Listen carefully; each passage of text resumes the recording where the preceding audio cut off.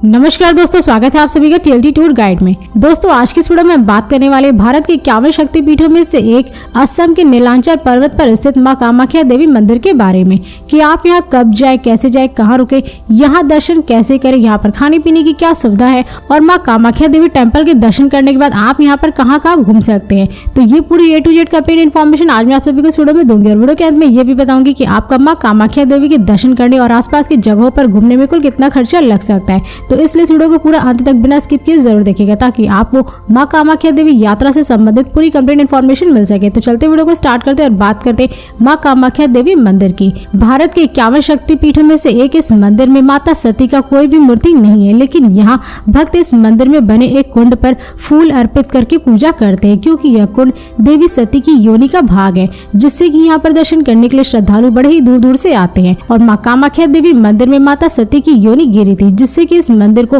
महापीठ का भी दर्जा हासिल। और ऐसी मान्यता है कि यहाँ स्थित ब्रह्मपुत्र नदी का पानी 3 दिन के लिए लाल हो जाता है, जिसका कारण मां कामाख्या देवी के रजस्वला होने का बताया जाता है, जो हर साल यहाँ 3 दिन तक चलने वाले अम्बुवाची मेले के समय ही होता है।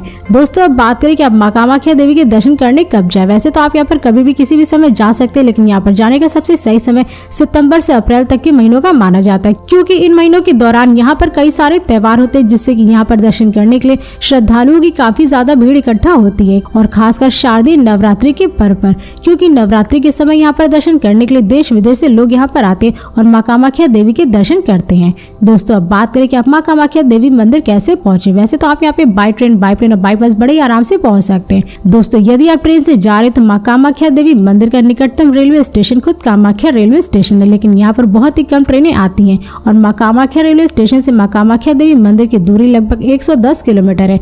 इसलिए अगर आपको कामाख्या रेलवे स्टेशन की डायरेक्ट ट्रेन ना मिले तो आप असम राज्य के प्रमुख शहर गुवाहाटी रेलवे स्टेशन के लिए ट्रेन की सुविधा ले सकते हैं, क्योंकि यह रेलवे स्टेशन देश के विभिन्न शहरों से काफी अच्छी तरीके से रेल मार्ग द्वारा जुड़ा हुआ है। और गुवाहाटी रेलवे स्टेशन से मां कामाख्या देवी टेम्पल की दूरी लगभग 7 किलोमीटर है, जिसे आप ऑटो से 20 से 30 रुपए में पूरा कर सकते हैं। दोस्तों अगर आप मां कामाख्या देवी मंदिर फ्लाइट से जा रहे तो यहाँ का नजदीकी एयरपोर्ट गुवाहाटी इंटरनेशनल एयरपोर्ट है, जो कि देश के विभिन्न शहरों के एयरपोर्टों से एयरलाइंस के द्वारा काफी अच्छी तरीके से जुड़ा हुआ है, जिससे कि आप दिल्ली, मुंबई, चंडीगढ़, बैंगलोर और हैदराबाद आदि जैसे शहरों के एयरपोर्टों से फ्लाइट पकड़ करके डायरेक्ट आप गुवाहाटी इंटरनेशनल एयरपोर्ट तक पहुंच जाएंगे। और इस एयरपोर्ट से मां कामाख्या देवी टेम्पल की दूरी लगभग 20 किलोमीटर है, जिसे आप बाई बस या शेयरिंग टैक्सी के थ्रू पूरा कर सकते हैं। और अगर आप गुवाहाटी के एयरपोर्ट से मां कामाख्या देवी टेम्पल के लिए बस लेते हैं तो उसका चार्ज लगभग 30 से 40 रुपए पर पर्सन होता है और शेयरिंग टैक्सी का चार्ज लगभग 80 से 100 रुपए तक होता है। दोस्तों यदि आप बस से जा रहे तो असम राज्य की सड़कें देश के विभिन्न शहरों से सड़क मार्ग द्वारा जुड़ी हुई है, जिससे आप अपने नजदीकी शहरों से बस पकड़ करके मां कामाख्या देवी मंदिर तक पहुंच सकते हैं। और आपको असम राज्य के विभिन्न शहरों से मां कामाख्या देवी टेम्पल के लिए डायरेक्ट बस की सुविधा मिल जाएगी। इसके साथ ही अगर आप मां कामाख्या देवी टेम्पल के दर्शन करने के लिए अपने निजी वाहन, कार या बाइक से जा रहे हैं तो आप यहाँ पर बड़े ही आराम से पहुंच सकते हैं, क्योंकि असम राज्य में स्थित मां कामाख्या देवी मंदिर की सड़कों पर जगह जगह पर आपको कई सारे रेस्टोरेंट, होटल, पेट्रोल पंप की सुविधा देखने को मिल जाएगी, जिससे कि आप रास्ते में जगह जगह पर खाते पीते मां कामाख्या देवी मंदिर तक पहुंच सकते हैं। तो चलिए दोस्तों अब बात करें कि आप मां कामाख्या देवी मंदिर पहुंचने के बाद यहाँ पे कहाँ स्टे करें।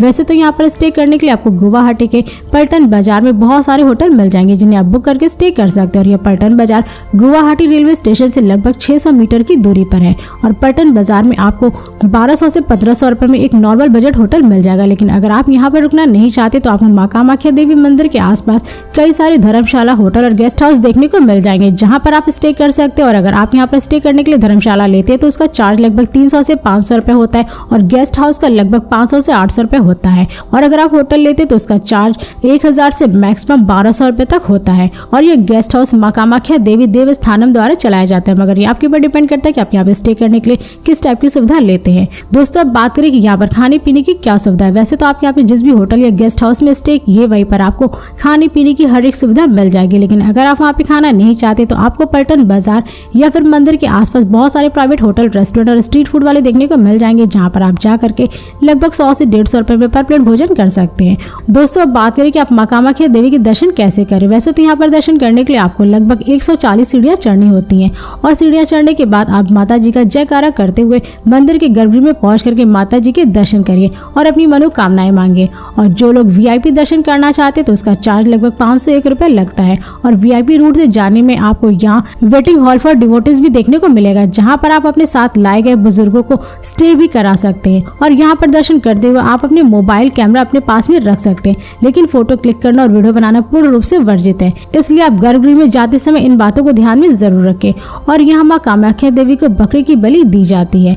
और इसके साथ ही अगर आप माँ कामाख्या देवी के दर्शन करने के लिए नवरात्रि में जाते तो आपको यहाँ पर दर्शन करने के लिए लगभग 4 से 5 घंटे का समय भी लग सकता है। और यह मंदिर सुबह 7 बजे से भक्तों के दर्शन के लिए खुला रहता है। और दोस्तों माँ कामाख्या देवी के दर्शन करने के बाद मंदिर से कुछ दूरी पर ब्रह्मपुत्र नदी के टापू पर स्थित उमानंद भैरव का भी मंदिर है, जहाँ पर आप सभी दर्शन जरूर करें, क्योंकि ऐसा माना जाता है कि इनके दर्शन के बिना माँ कामाख्या देवी की यात्रा अधूरी मानी जाती है। दोस्तों अब बात करें कि आप माँ कामाख्या देवी के दर्शन करने के बाद यहाँ पे कहाँ घूमे। वैसे तो आप यहाँ पर सबसे पहले उमानंद टेम्पल के दर्शन कर सकते हैं। मानसरोवर से बहने वाली ब्रह्मपुत्र नदी के किनारे उमानंद का यह मंदिर देवों के देव महादेव जी को समर्पित है, जिनके दर्शन करने के लिए लोग यहाँ पर आते हैं।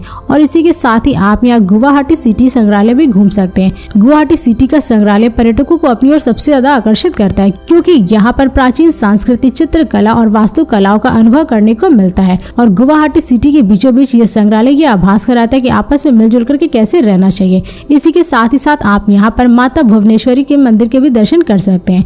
गुवाहाटी के दार्शनिक स्थलों में शामिल यह मंदिर गुवाहाटी की नीलांचल पहाड़ियों के कारण बहुत ही प्रचलित है, जो कि माता कामाख्या से थोड़ी अधिक ऊंचाई पर स्थित है, जिसके कारण यहाँ पर पर्यटक दर्शन करने के साथ साथ इस मंदिर से खूबसूरत दृश्यों को भी देखने का मजा उठाते हैं। इसी के साथ ही साथ आप यहाँ गुवाहाटी के तारामंडल भी घूमने का आनंद ले सकते हैं। यह तारामंडल खगोलीय शिक्षा और अनुसंधान का केंद्र है, जो कि 1994 में निर्मित असम और भारत के उत्तरी पूर्वी क्षेत्र का एकमात्र तारामंडल है, जहाँ पर नियमित स्काइंग वॉचिंग सत्रों के अलावा गुंबद के आकार की ओवरहेड स्क्रीन पर प्रदर्शित विशेष आकर्षण का केंद्र भी बना हुआ है। और MG रोड पर स्थित गुवाहाटी तारामंडल ब्रह्मांड प्रेमियों के लिए उत्कृष्ट गंतव्य है। इसी के साथ ही साथ आप यहाँ श्रीमंत शंकर देव काला क्षेत्र भी घूम सकते हैं। यह स्थान असम का सांस्कृतिक संग्रहालय है, जो कि गुवाहाटी शहर के पंजाब बाड़ी क्षेत्र में स्थित असम की संस्कृति और जीवन को दर्शाने के लिए बनाया गया है।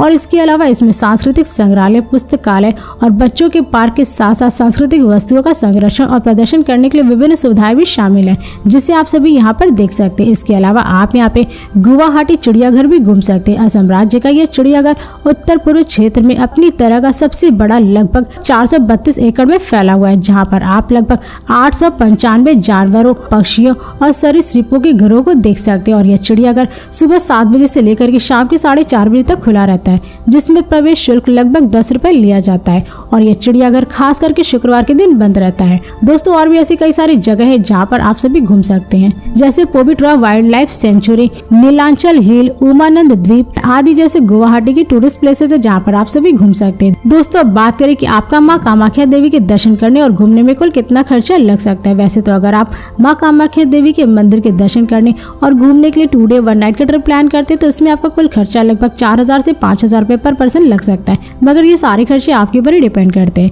क्योंकि आप माँ कामाख्या देवी के दर्शन करने के बाद कहाँ घूमेंगे, क्या क्या खरीदेंगे और माँ कामाख्या देवी के दर्शन करने के लिए आप किस राज्य और शहर से जा रहे हैं, तो ये सारे खर्चे आपके ऊपर ही डिपेंड करते हैं। तो दोस्तों इस वीडियो को यहीं पर समाप्त करते हैं। और यदि वीडियो आप सभी को पसंद आई तो इस वीडियो को लाइक करें और चैनल को सब्सक्राइब जरूर करें और इसके साथ ही बेल आइकन जरूर दबाएं, ताकि ऐसी मेरी नई वीडियोस आपके पास सबसे पहले पहुंचे। तो फिर मिलते हैं नेक्स्ट वीडियो में। धन्यवाद।